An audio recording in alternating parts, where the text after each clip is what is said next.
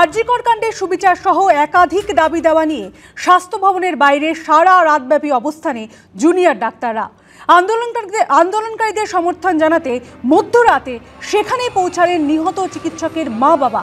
দিনে দুবার ব্যবহার করো স্টপেজ ক্রিম আর নিজেকে রাখো এভারগ্রিন। কেয়াশেড আরোমা থেরাপি স্টপেজ ক্রিম আর খুঁজে পাও নতুন আমিকে।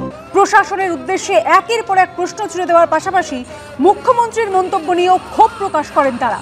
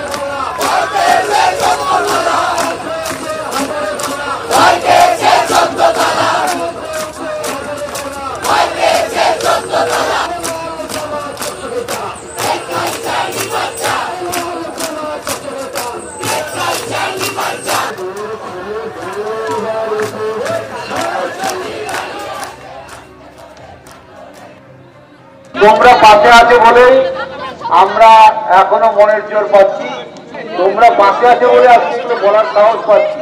প্রশাসনের কাছে একটা কথাই বলবো, আশা করছি তাদের শুভবুদ্ধি উদয় হবে এবং যত তাড়াতাড়ি সম্ভব তোমাদের এই সমস্যাগুলো খুব দ্রুত সমাধান করে এবং আমার মেয়ের বিচার দিয়ে বিচারের ব্যবস্থা করে খুব তাড়াতাড়ি এই সমস্ত সমস্যার সমাধান করবে। এগুলো তো কেউই কারোরই অভিপ্রেত নয়। আজকে তোমরা যে নিজের কাজ ছেড়ে রাস্তায় বসে আছো, নিশ্চয় তোমাদের মনেও কষ্ট আছে। আমি জানি যারা ডাক্তার হয় তাদের ভগবানের প্রতিরূপ বলা হয়, কেন না তারা মরণাপন্ন অসুস্থ মানুষকে সারিয়ে তোলে। তোমরাও বাধ্য হয়েছ আজকে এই আন্দোলন করতে। সবার শুভবুদ্ধি উদয় হোক এবং এই সমস্যার সুষ্ঠু সমাধান হোক এবং আমার মেয়ে সুবিচার পাক। তোমাদের যে প্রথম দাবি জাস্টিস, সেটা যেন অবশ্যই পায় এবং তোমরা যদি এইভাবে সহযোগিতা করো, আমিও আশা করছি বিচার আমরা পাবোই। আজকে একজন মা হিসাবে আমার সব থেকে বড় কষ্ট, আমার এই ছেলে মেয়েরা আজ রাস্তায়। কেন রাস্তায় সেটাই আমি সত্যিই জবাব খুঁজে পাচ্ছি না, তাই বাড়িতে থাকতে পারিনি, ছুটে এসেছি তোমাদের কাছে। আজ এই যে এত লোক, এত মানে আমার ফ্যামিলির এত লোক, সবাই আজকে আমার কেউ ছেলে মেয়ে, কেউ ভাই বোন, সবাই আজকে যেখানে তোমরা পড়াশোনা করেছো, রুগী পরিষেবা দেবে নিজেরা, সেখানে আজকে দেখলাম আমরা আসার সময় তোমরা রাস্তায় দাঁড়িয়ে দাঁড়িয়ে খিচুড়ি খাচ্ছ। এটা আমার খুবই খারাপ লেগেছে যে প্রশাসন কোথায় চলে গেছে, তোমাদের কোথায় এনে নামিয়েছে। আজকে আমরা ডাক্তারকে নিজেরা যেহেতু ভগবান মনে করি, সেই ভগবান আজকে রাস্তায় এসে দাঁড়িয়েছে। প্রশাসন তোমাদের বাধ্য করেছে রাস্তায় দাঁড়াতে। এর থেকে সমাজ আর লজ্জার কিছু নেই। আমি মনে করি যে প্রশাসন যে ডাক্তারদের সুরক্ষা দিতে পারে না, তাদের আবার কাজে ফেরার জন্য শাস্তিও দাবি করছে। এটা কি বলবো, এটা খুবই লজ্জার। আর তোমরা যে ছোট ছোট আমার সন্তান সম, তাদের চাইবে প্রশাসন, তাদের কি তোমাদের ভয় পাচ্ছে? তারা কেন তোমাদের বারবার ব্যারিকেড দিয়ে আটকাচ্ছে? এটাই আমার প্রশাসনের কাছে মানে আমার তরফ থেকে জিজ্ঞাসা করার আছে যে এদের কি আপনারা ভয় পাচ্ছেন? স্বাস্থ্য প্রশাসনের ঘুঘুর পচা অবশ্যই ভাঙা দরকার। তাদের কি কোনো দায় নেই তাদের এদের সঙ্গে কথা বলার? তাদের ব্যারিকেড দিয়ে আটকে রাখতে হবে? এটা আমি মনে মনে করি না। আমি চাই ব্যারিকেড তুলুন, এদের সঙ্গে কথা বলুন এবং এদের কষ্ট লাঘব করুন। আমরা যে দাবি করি না কেন সেই দাবিকে মাননীয় মুখ্যমন্ত্রী নস্যাৎ করে প্রতিবারই বলছেন উনি মানে পরিবার মিথ্যা বলছে, উনি কোনো ক্ষতিপূরণের কথা উনি বলেননি। বলা হয়েছে কালকে উনি যে বক্তব্য পেশ করেছেন যে পরিবার ক্ষতিপূরণ চেয়েছে। আপনারা একটা কথা চিন্তা করে দেখুন, আমাদের মেয়েকে আমরা হারিয়েছি 9 তারিখ, উনি আমাদের বাড়ি গেছে 12 তারিখ, পার্সোনালি কথা বলেছে ঘরে ঢুকে বাবা মার সঙ্গে। বাবা মা বেরিয়ে আসার পর ওই অবস্থায় দাঁড়িয়ে কোনো বাবা মা কি বলতে পারে যে আমি মেয়ের ক্ষতিপূরণ দাবি, মানে কোনো বাবা মার পক্ষে কি চাওয়া সম্ভব?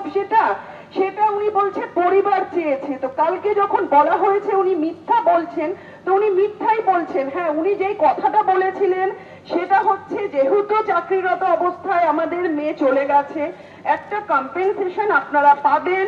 তখন যে তিলোত্তমার মা তিনি বলেছিলেন হ্যাঁ দিদি আমরা তখনই সেটা নেব যখন আমাদের মেয়ে সঠিক বিচার পাবে। আমরা আপনার দপ্তরে গিয়ে আমরা যেটা আমার মেয়ের ন্যায্য প্রাপ্য সেটা আমরা নিয়ে আসব। কিন্তু উনি বলেছেন পরিবার ক্ষতিপূরণ দাবি করেছে। আমি আজকে এখানে পুরো পরিবারকে নিয়ে বলে যাচ্ছি উনি যে দাবি করেছেন সেটা সম্পূর্ণ মিথ্যা।